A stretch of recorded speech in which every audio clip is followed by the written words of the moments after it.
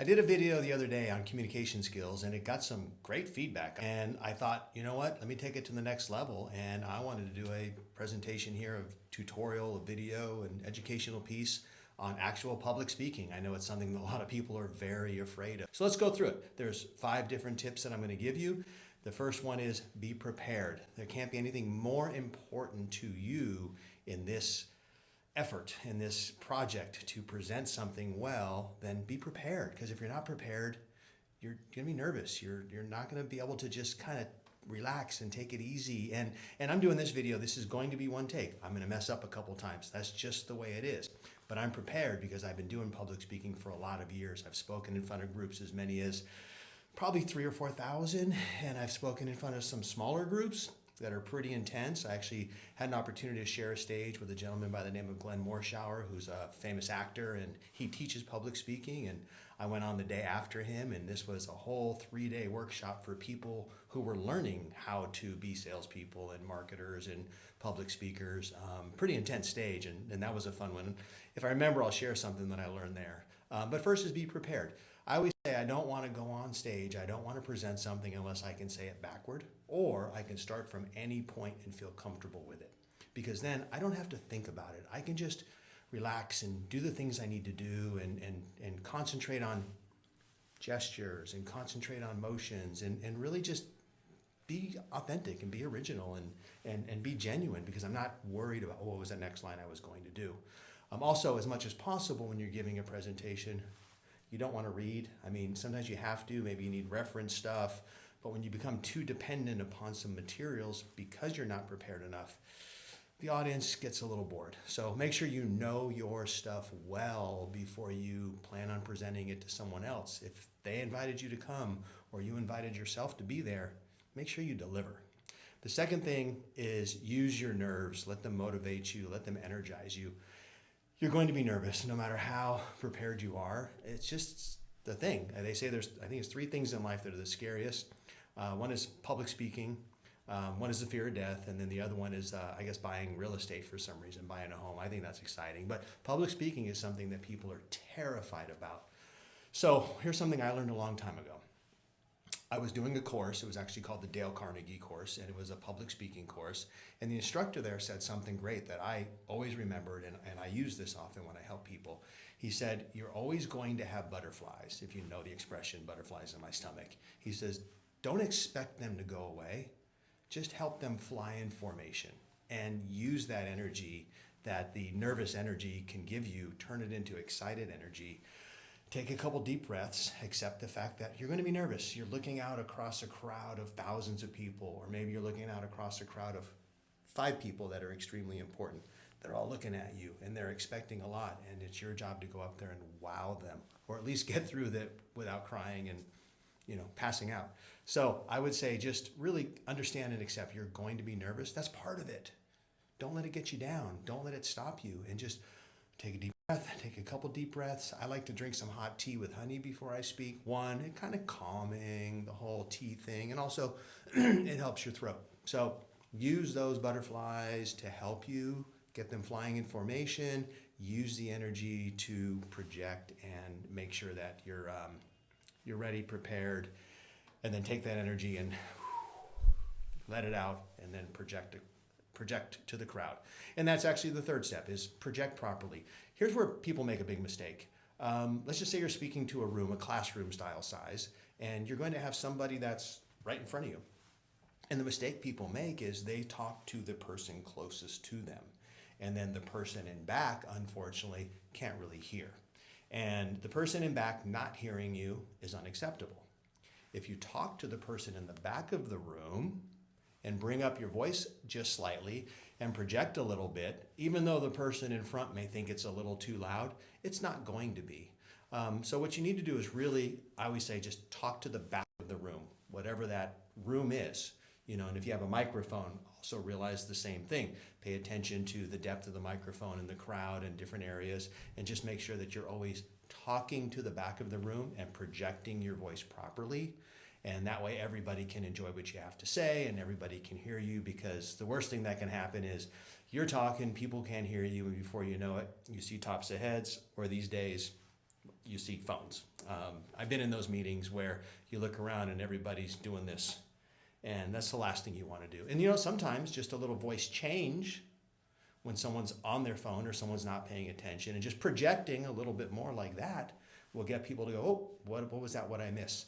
So you can always use a word like, hey, it's a great thing, or just whatever it might be, but just changing the projection as well as making sure it's enough for the back of the room is a really big deal.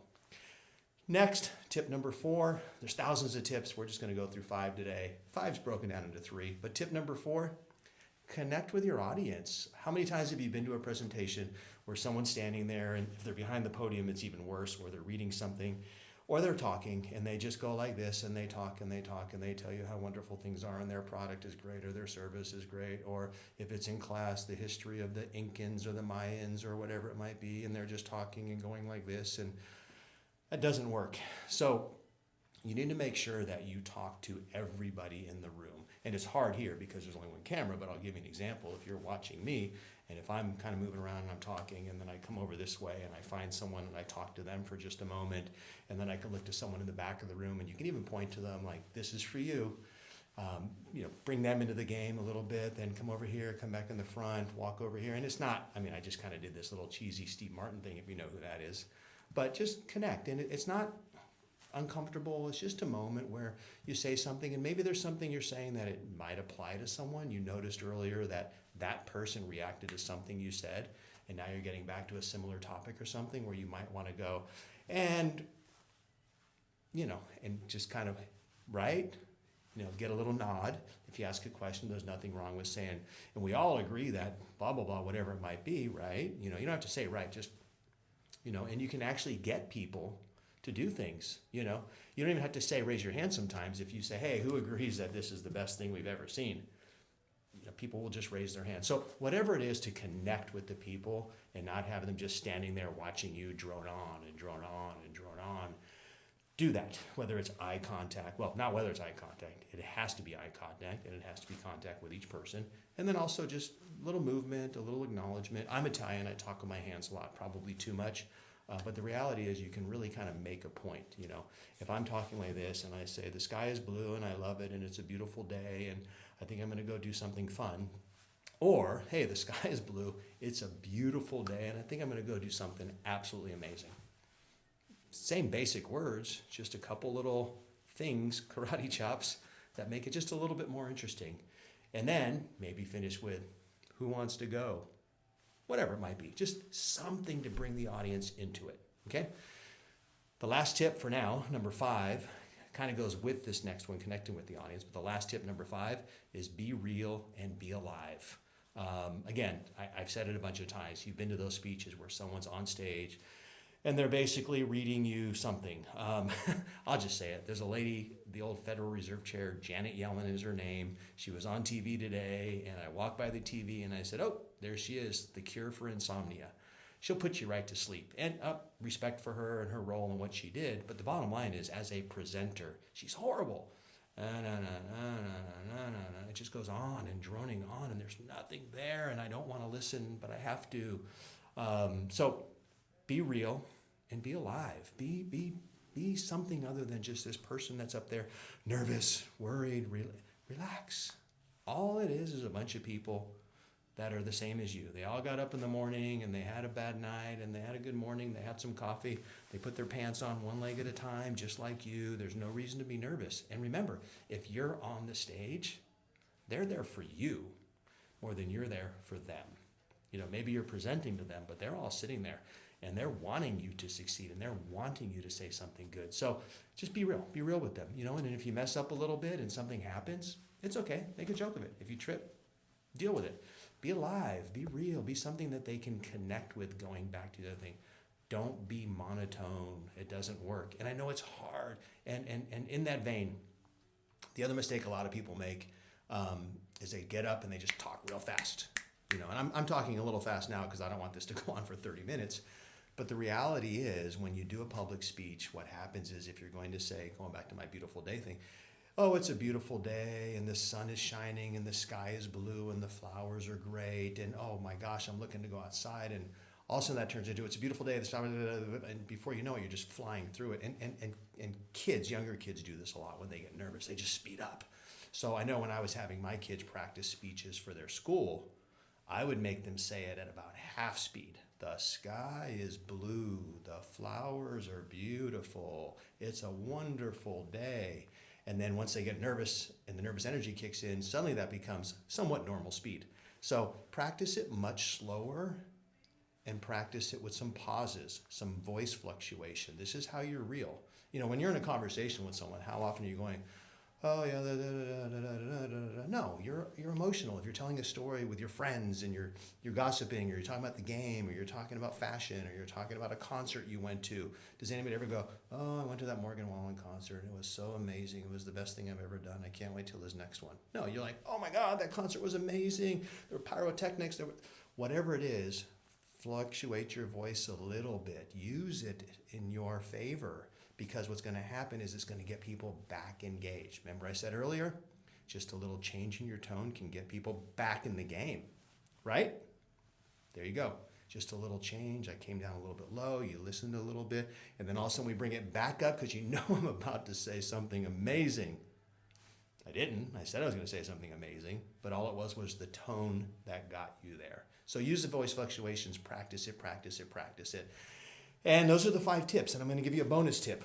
Remember I mentioned the gentleman, Glenn Morshower? This was awesome. He said he was really nervous when going on interviews and doing public speeches. Not interviews, auditions. See, I'm not perfect. I'm wrong. Interview, audition, who cares? I'm still here. I'm still having fun. We're all real. When he was going on auditions for TV shows or commercials, he would get nervous. And when he was doing public speaking, he would get nervous. So he started putting stuff in his shoes, like syrup and eggs and miscellaneous things, or a toy soldier, or whatever it was. You've probably seen things. There was a movie, Made in Manhattan, with Jennifer Lopez, and her son had a speech, and there was this guy who was a senator or congressman. He gave him a paper clip and said, this is what I hold on to. And he had it in his pocket, and it just gave you a little sense of security. Well, Glenn Morshower used to put syrup and honey and ketchup and whatever in his shoes and in his socks. And that way, when he was auditioning or speaking, who cares what's going on in there? He knew that he had a hot dog and some cheeseburgers down his pants or whatever. And it just kind of relaxed him. So I did a speech the day after him, as I mentioned, when he was telling that story, and did my whole speech. And then when I got done, I leaned down, reached into my sock, pulled out an apple and started eating it. And that was the end of my speech. So I used what he gave me the opportunity to do something that was interesting, and then also use it to benefit my speech and make mine sound just a little bit better. So I cheated. So I don't know when you're going to need to speak in front of a group. I don't know how often you've done it. Hopefully this helped a little bit. And just remember, relax. And at the end, make your point calmly, make your point aggressively, make your point sincerely, but make your point and finish and be done. Get the applause you deserve, walk off stage, and have a great day. So hopefully that helped. If you have any more areas of public speaking that you have a question about, put them in the comments. I'm happy to help. And have a wonderful day, and just be confident, be comfortable, be successful in everything you do. Have a great one.